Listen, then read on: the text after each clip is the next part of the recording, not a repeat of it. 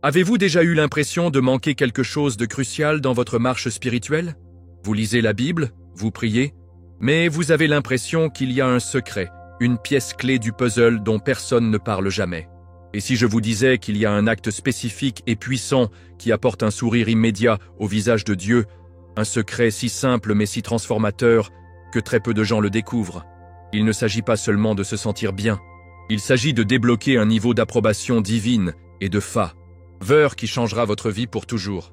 Aujourd'hui, nous allons plonger dans une vérité profonde que Jésus-Christ lui-même a révélée, un acte de foi secret que l'ennemi espère désespérément que vous ne comprenez jamais.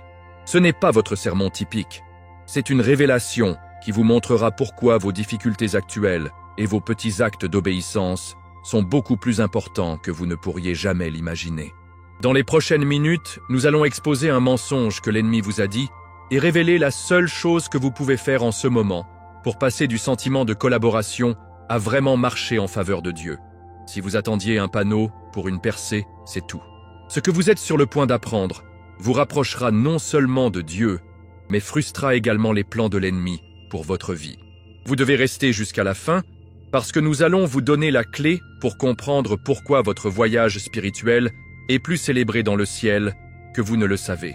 Avant de commencer, laissez un commentaire ci-dessous et dites-moi, quelle est la seule chose que vous pensez que vous faites maintenant que Dieu est vraiment fier?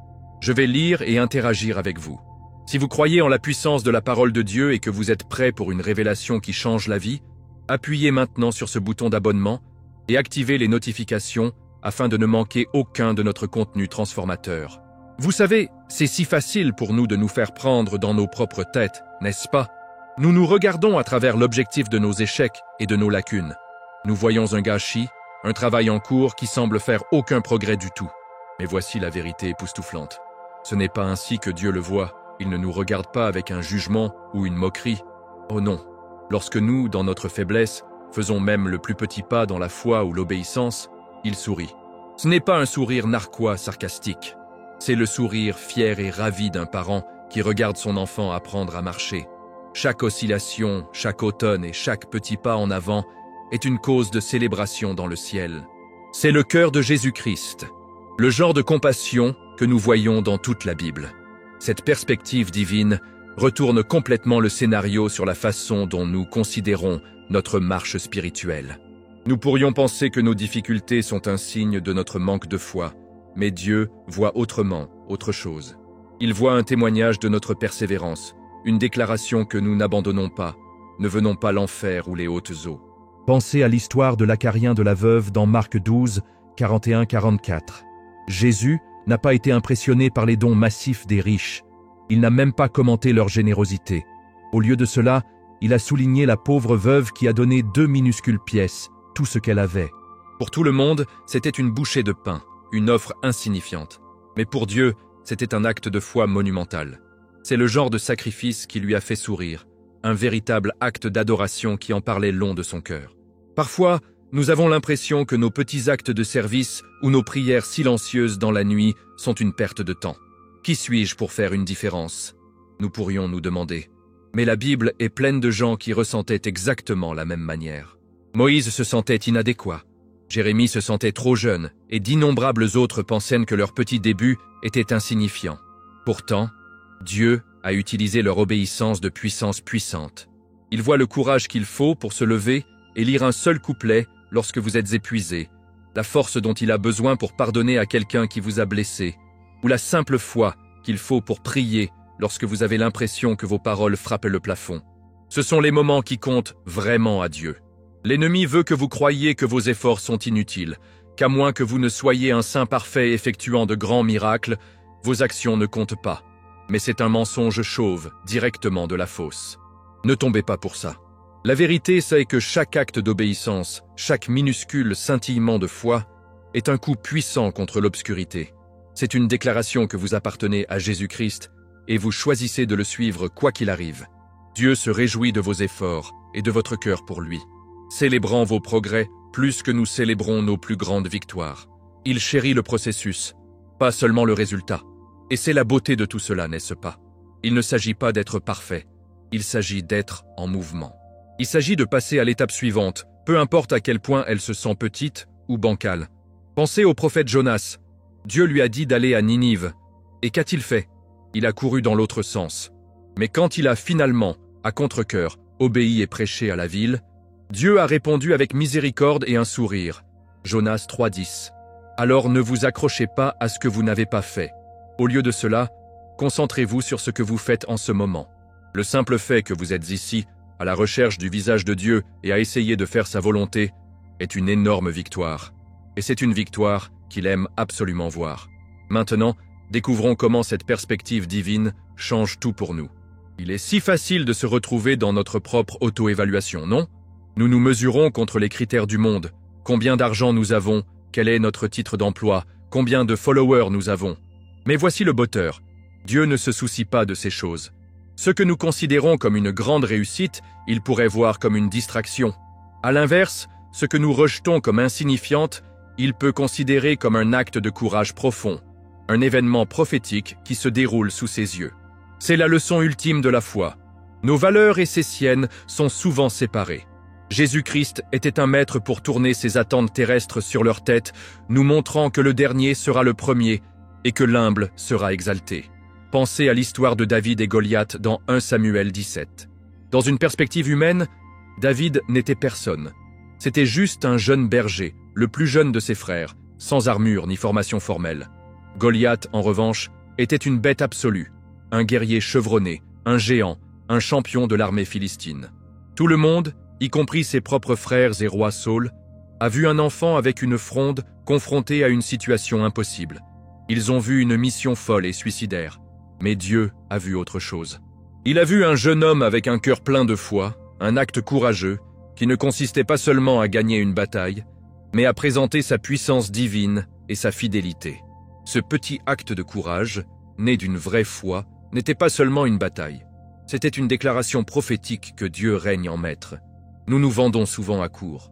Nous regardons nos ressources limitées, notre manque d'influence, notre petite plateforme, et nous pensons « je ne peux rien faire pour Dieu ». Mais c'est exactement là que la perspective divine entre en jeu. La Bible nous rappelle que Dieu choisit souvent les choses faibles du monde pour faire honte aux forts. 1 Corinthiens 1, 27. Il n'a pas besoin de votre force, de vos ressources ou de votre plan parfait.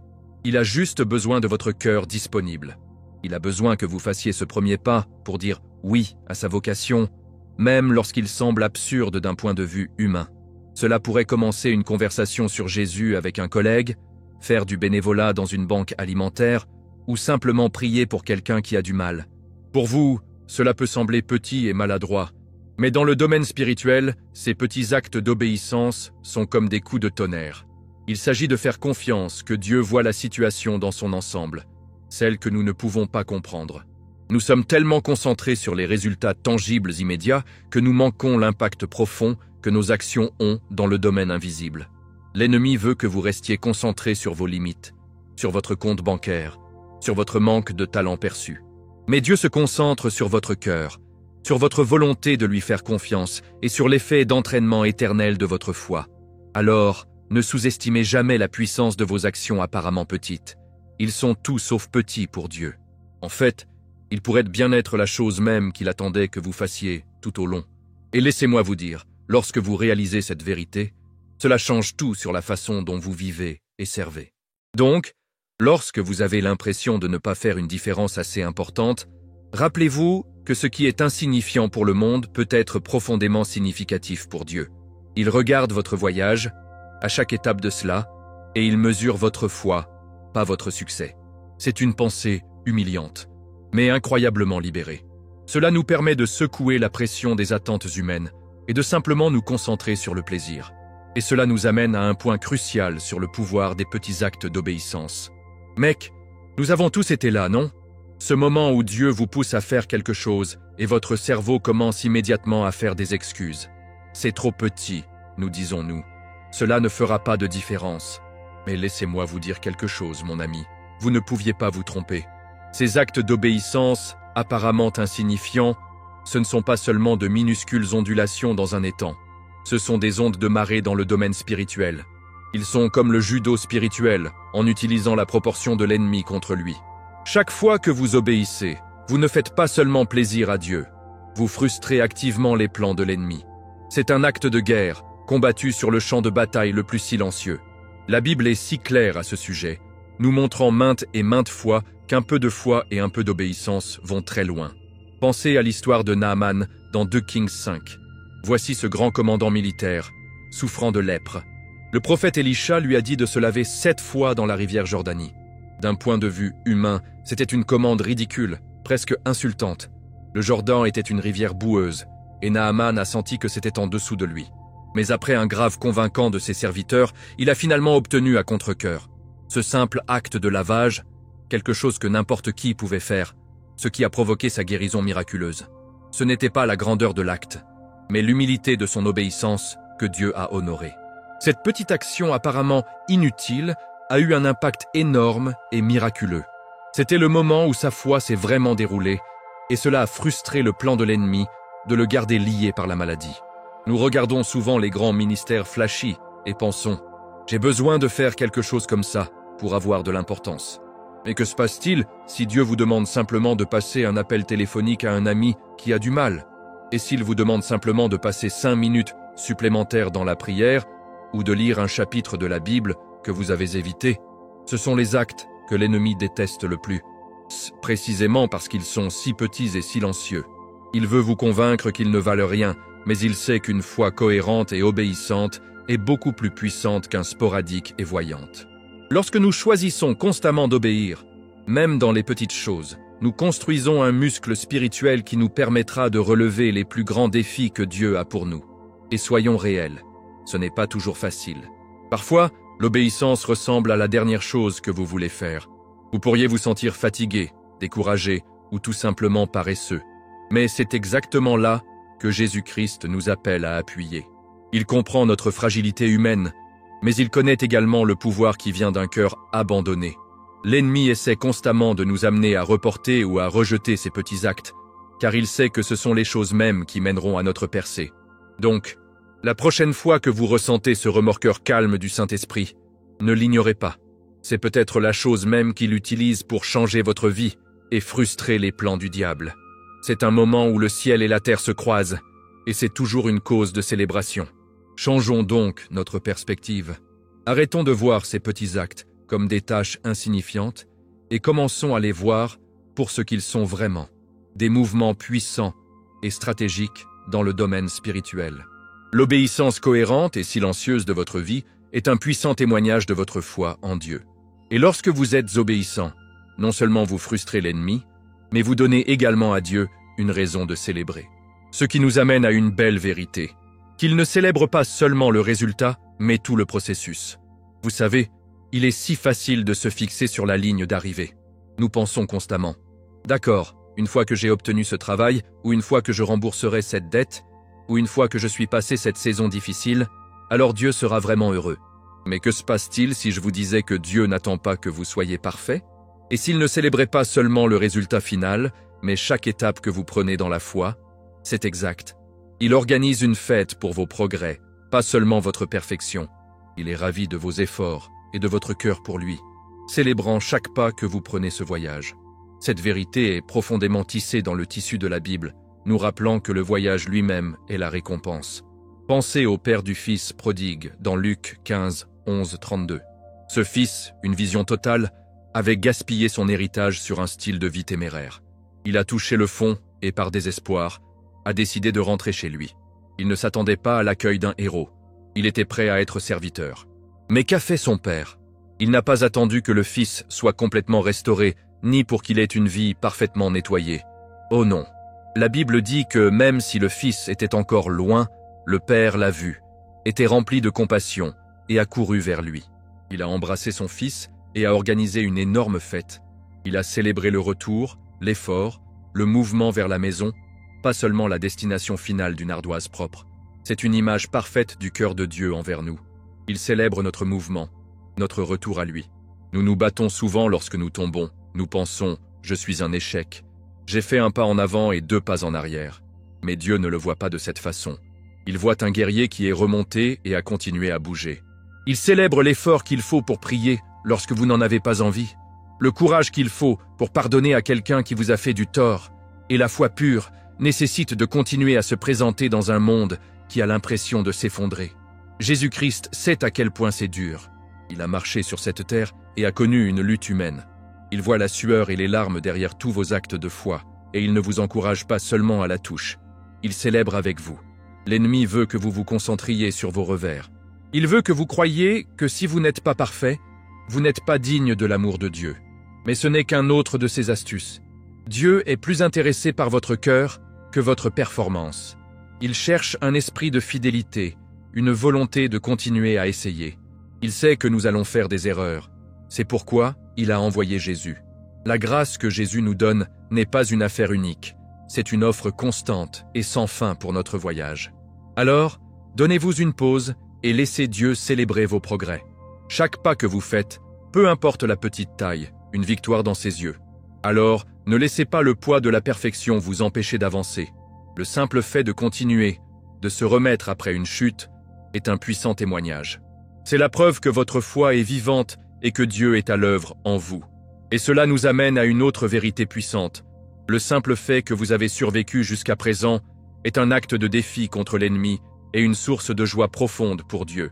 Vous savez quel est un acte de foi sérieusement sous-estimé? Survivant simplement. Le fait que vous soyez toujours là, respirez toujours, et que vous cherchez toujours Dieu malgré tout ce que vous avez vécu, que mon ami est une victoire. Ce n'est pas seulement un signe de votre résilience, c'est un puissant témoignage qui frustre complètement l'ennemi. Il jette tout ce qu'il vous a, espérant que vous abandonnerez, vous détournerez et perdez votre foi. Mais lorsque vous refusez d'arrêter, lorsque vous continuez à vous présenter et à regarder Dieu, les cieux éclatent en célébration. Votre existence même au milieu de la lutte est un acte de rébellion contre l'obscurité. Cela montre que Jésus-Christ est vivant et au travail dans votre vie. Regardez Job de la Bible. Le diable est venu à Dieu et a essentiellement dit « Il ne vous sert que parce que vous l'avez béni. Enlevez tout et il vous maudira à votre visage. » Dieu a donc permis à Satan de tester le travail, de lui enlever sa richesse, ses enfants et sa santé. Du point de vue humain, Job avait toutes les raisons d'abandonner, de maudire Dieu et de mourir. Mais qu'a-t-il fait? Il était assis dans sa douleur, couvert de plaies, mais il n'a jamais maudit Dieu. Job 2, 10. Sa survie même, son choix de garder sa foi même lorsque la vie était à son pire absolu, a été un témoignage étonnant. Cela a prouvé le diable et a apporté une immense gloire à Dieu. Votre histoire de survie, même si elle se sent silencieuse et insignifiante, fait la même chose. Nous pensons souvent qu'un témoignage doit être une grande histoire de conversion dramatique ou une guérison miraculeuse. Et bien que ceci soit incroyable, ne manquons pas la beauté de la mouture quotidienne. Le témoignage de votre vie se trouve dans les moments où vous choisissez le chemin de Dieu par rapport à la vôtre, lorsque vous choisissez le pardon plutôt que l'amertume, et lorsque vous choisissez l'espoir plutôt que le désespoir. Il se trouve dans le simple fait de se réveiller et de dire « D'accord mon Dieu, je suis ici. Je ne sais pas ce que aujourd'hui, mais je te fais confiance. » Ce choix quotidien cohérent est ce qui écrase les plans de l'ennemi. Cela lui montre que ses attaques sont vaines, parce que votre foi est dans quelque chose de bien plus grand que votre situation. L'objectif principal de l'ennemi est de voler votre espoir et de vous faire croire que votre vie est une cause perdue. Il veut que vous vous sentiez comme un échec, à penser que vos erreurs passées définissent votre avenir. Mais votre poursuite continue de Jésus-Christ est la réfutation ultime de ces mensonges. Le fait que vous regardez même cela, à la recherche de la sagesse spirituelle, est la preuve que l'œuvre de Dieu en vous n'est pas terminée. Donc, ne sous-estimez jamais, pendant une seconde, le pouvoir de rester simplement. Votre survie est votre succès. Et cela nous amène à une vérité impressionnante et remplie d'espoir. Qu'aucun de vos efforts n'est vain. Dieu voit et se souvient de chacun d'eux. Et c'est une vérité que vous devez tenir serrée. Peu importe à quel point vos actes de foi sont petits ou cachés, ils sont enregistrés. Dieu voit chaque larme, chaque prière, chaque acte de gentillesse. Et c'est ce dont nous parlerons ensuite. Vous savez, dans un monde qui néglige souvent les actes de vertu silencieux, il est facile de se sentir comme si vos efforts sont oubliés. Vous priez pour quelqu'un en secret, vous pardonnez à une personne qui vous a fait du tort, vous donnez un coup de main quand personne ne regarde. Et parfois, il semble que tous ces efforts disparaissent dans l'air mince, non? Mais voici une vérité incroyablement puissante qui devrait remplir votre cœur d'espoir. Absolument aucun acte fait avec la foi n'est jamais oublié par Dieu. Il a un souvenir parfait. Et il garde un enregistrement impeccable de chaque moment d'obéissance et d'amour que vous avez montré. Ce n'est pas un système comptable humain. Il s'agit d'un grand livre éternel divin, où chaque déchirure, chaque prière et chaque acte de gentillesse est enregistré. La Bible est très claire à ce sujet, nous assurant qu'il récompensera ceux qui le recherchent avec diligence. Pensez au livre de Malachie 3, 16, 17. Il dit « Alors ceux qui craignaient le Seigneur se parlaient les uns avec les autres, et le Seigneur a écouté et entendu. Un parchemin de souvenirs a été écrit en sa présence concernant ceux qui craignaient le Seigneur et honorent son nom. Le jour où j'agirai, dit le Seigneur Tout-Puissant, ils seront ma possession prétendue. » Laisse la cool. Dieu a un défilement littéral du souvenir. Il voit les moments où vous choisissez de lui faire confiance à vos propres peurs, lorsque vous mettez sa parole d'abord dans votre vie, et lorsque vous démontrez l'amour de Jésus-Christ à un monde blessé. Ce ne sont pas seulement des moments éphémères, ils sont gravés dans l'éternité. Dieu voit la lutte, le cœur derrière l'action, et il ne laissera pas un seul de vos efforts sans récompense. Nous pensons souvent aux récompenses en termes humains, promotion, plus d'argent ou renommée. Mais les récompenses de Dieu sont tellement plus riches et plus profondes. Il nous récompense avec une paix plus profonde, un lien plus fort avec lui et un profond sens de l'objectif. Il nous récompense avec les opportunités de servir et de voir son pouvoir au travail dans nos vies de nouvelles façons. Ne laissez jamais le manque de résultats immédiats et tangibles vous convaincre que vos actions étaient vaines. Vous semez des graines de foi qui porteront des fruits dans son timing parfait. L'ennemi veut que vous vous découragiez et que vous pensez que vos efforts sont inutiles, mais vous devez repousser avec la vérité que Dieu est un récompense. Il tient ses promesses. Alors continue. Continuez à aimer, continuez à donner, continuez à prier, même quand il semble que personne ne le remarque, parce que quelqu'un le fait. Le même Dieu qui connaît le nombre de poils sur votre tête et de regarder chacun de vos mouvements. Il enregistre votre fidélité et il vous récompensera absolument, sans aucun doute. C'est une vérité inébranlable qui devrait être une énorme source d'encouragement pour vous. Cela nous libère de la nécessité d'applaudissements humains et nous aide à nous concentrer sur le seul public qui compte vraiment. Cela nous amène à un point crucial sur ce que nous vivons. Il ne s'agit pas de l'approbation des personnes, il s'agit de l'approbation de Dieu. Et quand vous vivez pour ça, tout change. Mec, c'est tellement tentant, n'est-ce pas? Nous recherchons des applaudissements humains. Nous voulons être appréciés, être remarqués pour obtenir ce garçon hâta de nos amis, de notre famille, de nos patrons. Nous vivons dans un monde qui nous conditionne à rechercher la validation de tous les coins. Mais voici une vérité qui vous libérera. Lorsque vous vous concentrez sur le fait de plaire à Dieu seul, les opinions des autres deviennent du bruit de fond. Leur éloge ne vous fera pas et leur critique ne vous brisera pas. Votre fondation est en Jésus-Christ. Et lorsque le but de votre vie est de demander son approbation, vous devenez inébranlable. La Bible est pleine d'exemples de personnes qui se tenaient fermes, non pas parce qu'elles étaient populaires, mais parce qu'elles étaient fidèles à Dieu. Pensez à l'apôtre Paul. Avant de rencontrer Jésus, il vivait pour l'approbation des hommes. Il était pharisien, un érudit religieux de haut niveau, et il a persécuté les chrétiens pour gagner une bonne réputation parmi ses pairs. Mais après sa conversion, tout a changé. Dans Galates 1:10, il demande « Est-ce que j'essaie maintenant de gagner l'approbation des êtres humains ou de Dieu, ou j'essaie de plaire aux gens? Si j'essayais toujours de plaire aux gens, je ne serais pas un serviteur de Christ. » Et Paul a compris que les applaudissements des gens sont éphémères et finalement vides. L'approbation de Dieu, cependant, est éternelle et vivifiante. Lorsqu'il a déplacé son objectif, il est devenu une force imparable pour l'Évangile. Un homme qui ne pouvait pas être ébranlé par l'opposition ou la persécution. Sa vie est devenue un témoignage du pouvoir de vivre pour un public d'un. Il est facile de se faire prendre dans le piège de comparaison. Nous regardons la vie de quelqu'un d'autre sur les réseaux sociaux ou en personne et pensons « j'ai besoin d'être plus comme ça ». Mais Dieu vous a créé avec un but unique et un chemin unique. Il ne veut pas que vous soyez une copie de quelqu'un d'autre. Il veut que vous soyez la meilleure version de vous-même, vivant le plan spécifique qu'il a pour vous. Lorsque vous vous concentrez sur son approbation, cela vous libère de la pression de performer pour les gens. Vous pouvez être authentique, vulnérable et courageux, sachant que votre valeur n'est pas basée sur ce que quelqu'un d'autre pense. C'est là que réside le vrai pouvoir spirituel. Vivre pour l'approbation de Dieu ne signifie pas que vous devenez un ermite ou cessez de vous soucier des autres. Au contraire, il vous permet d'aimer et de servir les gens avec un cœur pur, sans aucun agenda caché pour la reconnaissance. Vous êtes libre de donner sans rien attendre en retour. Vous êtes libre de pardonner sans avoir besoin d'excuses. Vous êtes libre de dire la vérité dans l'amour sans crainte de rejet. C'est à quoi ressemble la foi de Dieu en action. C'est une vie vécue pour un public qui compte, et cela se traduit par une paix que le monde ne peut pas emporter. Alors, prenons une décision consciente de changer notre objectif aujourd'hui. Arrêtons de chercher les applaudissements des gens et commençons à vivre pour l'approbation silencieuse et aimante de Dieu. C'est la seule approbation qui compte vraiment, et c'est la seule qui peut vous remplir pour de bon. Et lorsque vous effectuez ce changement, cela vous donne la force dont vous avez besoin pour continuer, peu importe ce qui se passe ensuite. D'accord, mon ami, écoutez.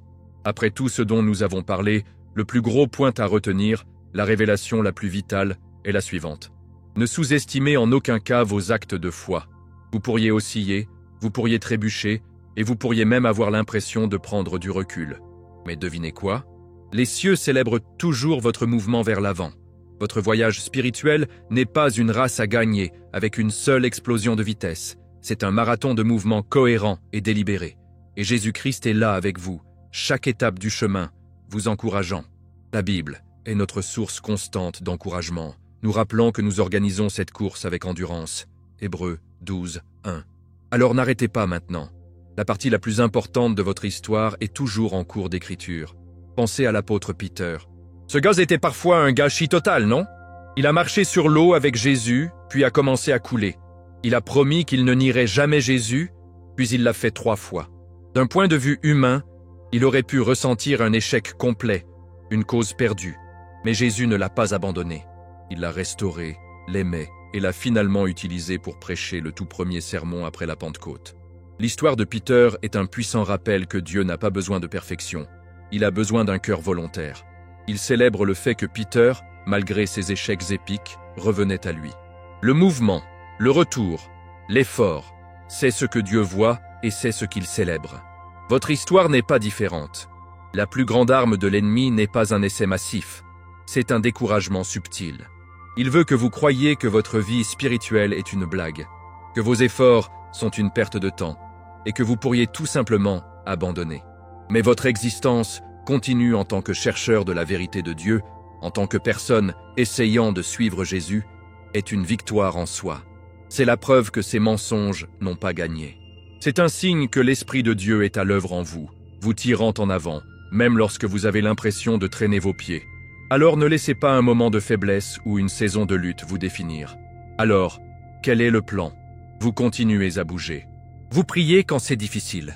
Vous lisez la Bible, même si cela n'a pas de sens. Vous aimez les gens même quand ils ne sont pas aimables. Vous embrassez les étapes bancales, car ils font partie du voyage. Et chaque fois que vous le faites, sachez que le paradis éclate en célébration. Parce que ce n'est pas la destination finale qui apporte le plus de joie à Dieu, c'est le fait que vous vous dirigez vers lui. Alors continue. Votre percée est de l'autre côté de votre prochaine étape de foi. Et croyez-moi, ça vaut le coup.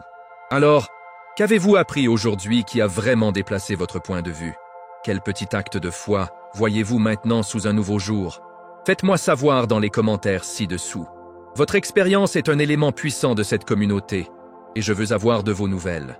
Si vous avez été béni par cette vidéo et que vous croyez au pouvoir de Jésus-Christ, assurez-vous de vous abonner à la chaîne et de frapper cette cloche de notification. C'est la meilleure façon de vous assurer de ne pas manquer notre prochaine plongée profonde dans la parole de Dieu. Et bon, si vous voulez continuer la conversation, j'ai une autre vidéo prête pour vous maintenant qui s'appuie sur ce dont nous avons discuté. Cliquez simplement sur la vidéo de votre écran pour continuer à apprendre et à grandir dans votre foi. Merci de me rejoindre aujourd'hui. J'ai hâte de vous revoir bientôt. Que Dieu vous bénisse dans votre voyage. Votre ami, José.